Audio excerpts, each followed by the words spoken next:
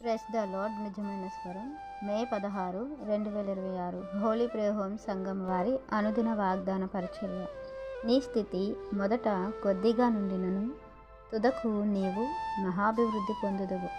యోబు గ్రంథము 8వ అధ్యాయము 7వ వచనము. ప్రియమైన దేవుని వారలారా, ఇక్కడ యోబు గారి స్నేహితుడు యోబు గారి విషయమే మాట్లాడుతున్నారు.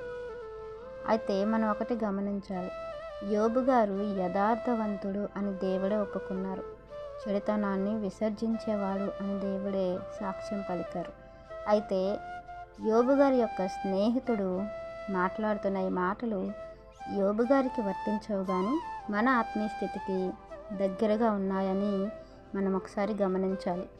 యోబు గారికి ఆయన స్నేహితుడు అంటున్నారు, నీ కుమారులు దేవుని దృష్టి ఎడల పాపము చేసిరేమో, కావున దేవుడు వారు చేసిన తిరుగుబాటును బట్టి ఆయన వారిని అప్పగించను అని వారు యోబు గారి విషయమే యోబు గారి దగ్గర మాట్లాడుతున్నారు. నిజానికి దేవుడు అతని యొక్క భక్తిని యథార్థతను పరీక్షించటానికి ఈ యొక్క కార్యం చేశారని, ఈ యొక్క శోధనను ఆయన జీవితంలో అనుమతించారని మనకు తెలుసు. మరి ఇలాంటి మాటలు తన స్నేహితులు యోబు గారి దగ్గర మాట్లాడుతున్నప్పుడు ఒకవేళ మనలాంటి వారమైతే కృంగిపోతామేమో, కానీ యోబు గారు చలించలేదు. ఎందుకంటే అతడు యథార్థవంతుడు అని దేవుడే చెప్పారు కదా. ఇక మన విషయం మనం చూసుకున్నట్లయితే మనలాంటి వారం అంటే భక్తి జీవితంలో ఆత్మీయ స్థితిలో బలహీనంగా ఉన్న మనం ఒకవేళ జాగ్రత్తగా దేవుని వెతికితే, సర్వశక్తులకు దేవుని బతిమాలుకుని ఎడల, మనము పవిత్రులమై యథార్థవంతులైన ఎడల నిశ్చయముగా ఆయనని యందు శ్రద్ధ నిలిపి నీ స్థితికి తగినట్లుగా, నీ నీతికి తగినట్లుగా నీ నివాస స్థలమును వర్ధిల్లింప చేయనని దేవుని ద్వారా మనం తెలుసుకుంటున్నాం. ఇది మన జీవితాలకి వర్తించే మాటలు. అప్పుడు మొదట నీ స్థితి కొద్దిగా ఉన్నా కూడా తదుకు నీవు మహాభివృద్ధిని పొందుతావు.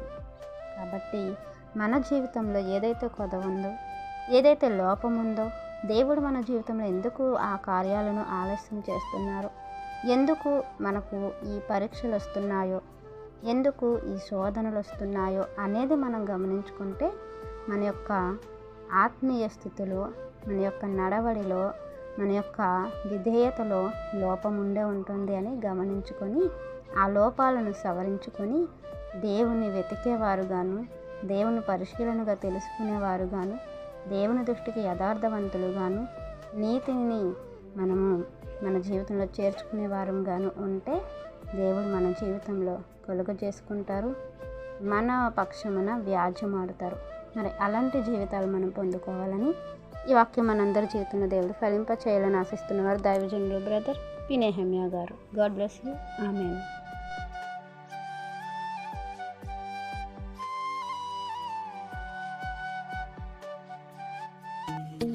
Hi friends, holy prayer home Gajuwaka సంఘం వారు మాట్లాడిన విలువైన దేవుని సందేశములను మీరు వినటానికి మా యొక్క యూట్యూబ్ ఛానల్ హోలీ ప్రేయర్ హోమ్ను సబ్స్క్రైబ్ చేసుకొని పక్కనున్న బెల్ ఐకాన్ క్లిక్ చేయగలరు.